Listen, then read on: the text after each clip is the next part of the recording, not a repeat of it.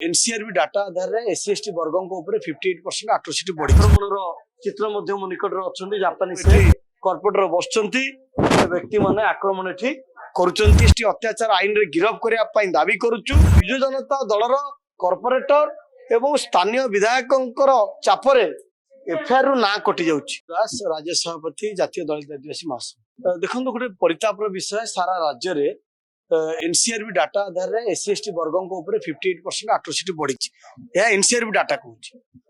भुवनेश्वर महानगर निगम 43 number ward corporator Bharat Lenka को निर्देश रे पानबरज साई रे एसी वर्गर लोकों को किपरि भावे आक्रमण करा जाउची, जापान सेट को आक्रमण करा जाउची।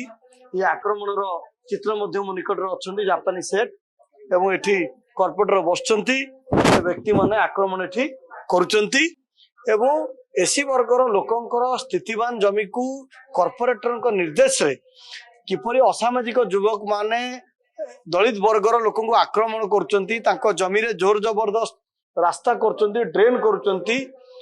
ये घटना को आमे दृढ़ भाव में निंदा करुचु एवं दाबी करुचु जे तुरंत एसी लोकर जमी को तांकर फेरस्त करा जाऊ, स्थितिवान जमी को फेरस्त करा जाऊ एवं तांको ऊपर आक्रमण करथिबा विजु जनता दलर कॉर्पोरेटर एवं सेमानकर सहयोगी को एवं कॉन्ट्रैक्टर को एससी एसटी अत्याचार आईन रे गिरफ करने दाबी करुचु।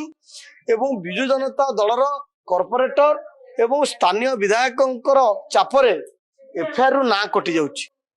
एतला नंबर 314/25 लक्ष्मी सागर कॉर्पोरेटर ना रे आमे एतला करथला बेले सीधा सड़क भावे एतला आमे करिचु, किंतु एतला रे केस होईची, किंतु केस एफआईआर रु ना कटि जाउछि।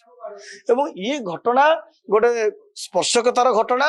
ये घटनार न्याय दाबी रे आगामी 29 तारिख दिन म्युनिसिपालिटी ऑफिस भुवनेश्वर महानगर निगम ऑफिस को आमे घेराव करिवु एवं दाबी करुचु तुरंत बीएमसी एवं जिलापाल एतर हस्तक्षेप करंतु, तांकर जमी को स्थितिवान जमी को फेरस्त करा जाऊ एवं कॉर्पोरेटर सन गिरफ करने पे दाबी कर नचेत आंदोलन मध्य चारिआडे तीव्रतर करा जिवो एवं विजु जनता दल सरकार रा दलित विरोधी चेहरा आदिवासी विरोधी चेहरा विरुद्ध लड़े सरकार थाऊ, किंतु एमान तो जो 25 वर्ष रे थिले से जो चिराचरित जो रही चरित्र से चरित्र देखौचंदी गुंडागिरी करबा, दादागिरी करबा, एसी लोक जमी हड़प करबा, आक्रमण करबा, निजे कॉर्पोरेट एटी उपस्थित रहिचंती निर्देश दबा एटी आक्रमण चलीची एमानकु एवं ओएलआर 22 रो मध्य भायोलेशन होईची। ओएलआर 22 कहला ह्यूमन राइट्स आगे देखदु एटी क्लियर कट आईन रहिची, गिरफ करिवार प्रावधान रहिची, काई हि परिबन आमे जीव आगामी दिन मानवाधिकार कमिशन जीव किसी असुविधा नहीं। आमर स्थितिवान जमी